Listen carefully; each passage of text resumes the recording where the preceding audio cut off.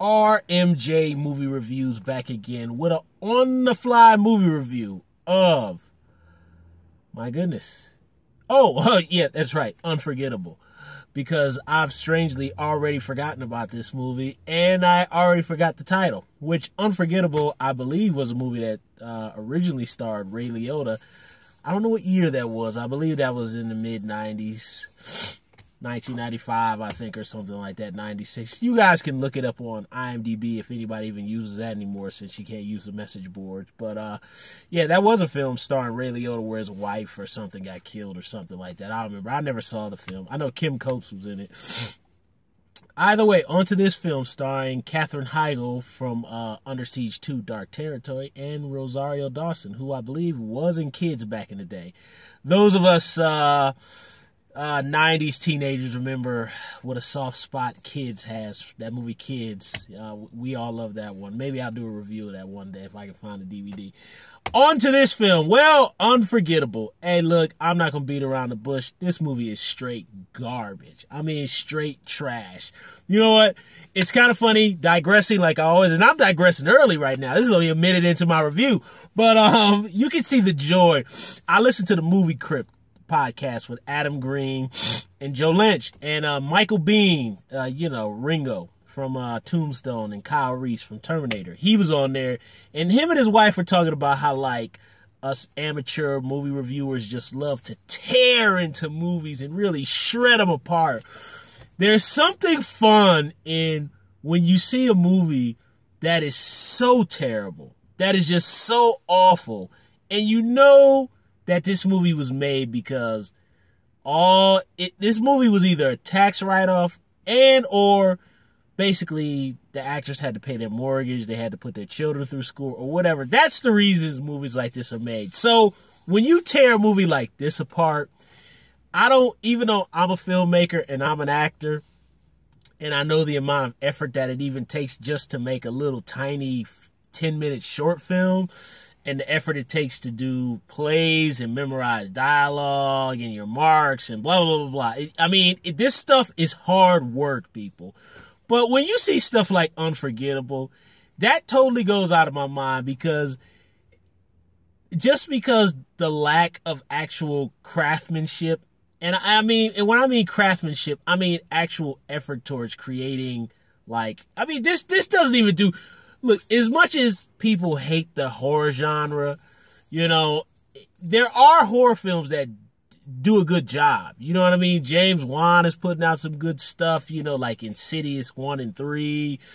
You get stuff that does good within the genre, but then when you see stuff like this that's supposed to be a thriller, and I didn't even know this movie was rated R. I actually thought this was PG-13. I mean, this harkens back to, or an homage, because that's the thing everybody uses now, an homage. This is an homage to kind of the 90s thrillers and some of the 80s erotic thrillers, Fatal Attraction, Pacific Heights, A Whisper in the Dark, A Prayer Before Dying, Unlawful Entry, The Hand That Rocks the Cradle, Basic Instinct, all those kind of movies.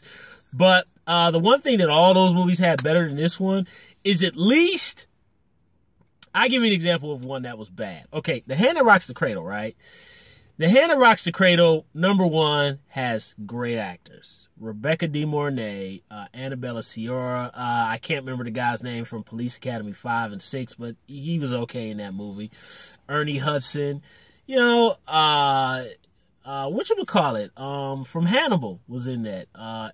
Juliana, I can't remember her name. But, redheaded, my girl. She was in that.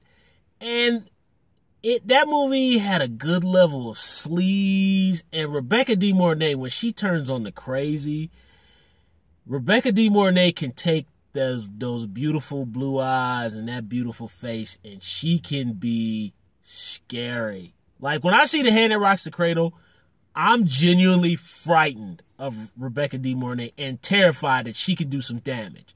When I watch Basic Instinct, I'm scared because Sharon Stone in that movie looks so good that I know I'm a dead man, because I know I can't resist. I already know I'm dead. Look, I'm going in knowing that as soon as she puts on that white dress, I'm a dead man, because, completing the mission is much more important than my life. When I look at Glenn Close, is scary. She's frightening. Katherine Heigl here, there's just no terror. There's no terror at all. Rosario Dawson, who I love. Look, I get it. I get it. It's a big studio movie, Warner Brothers. Hey, look, hey, man, she had to pay her mortgage. She had to put some money in her retirement fund. Hey, pfft. But this movie's trash. There's nothing here. The suspense is not good. There's no characterization. Like that, like I mentioned, The Hand That Rocks the Cradle. I wouldn't necessarily call it a bad movie, but I definitely say it's really so awful in how low it steeps for scares and suspense, you know. But at least it's got the sleaze and the ickiness going for it. You don't even get enough blood here. You don't get enough boobs here. I mean, you get cleavage, you know, kind of under clothes, but that sucks. I mean, come on. This movie, if this movie was made in 1990, this would have starred Shannon Tweed and Andrew Stevens would have been the husband. And I don't know who Rosario Dawson would have been in that movie. Maybe Rosario Dawson in that movie I can't even think who the actress would have been.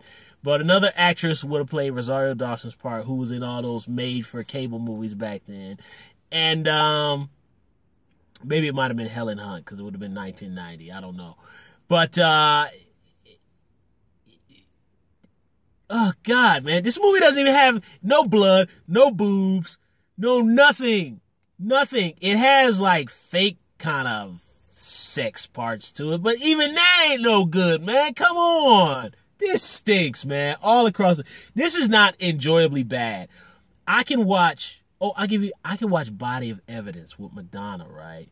Which me and my cousins really wanted to see that movie. Because keep in mind, when that film was released, we were like 11 or 12. So we really wanted to see that movie. That was around, you know, Madonna, Truth or Dare and all that kind of stuff. You can even watch Body of Evidence. And that movie is bad. Or you can watch Jade, which that's David Caruso's movie with William Friedkin. That's a horrible movie.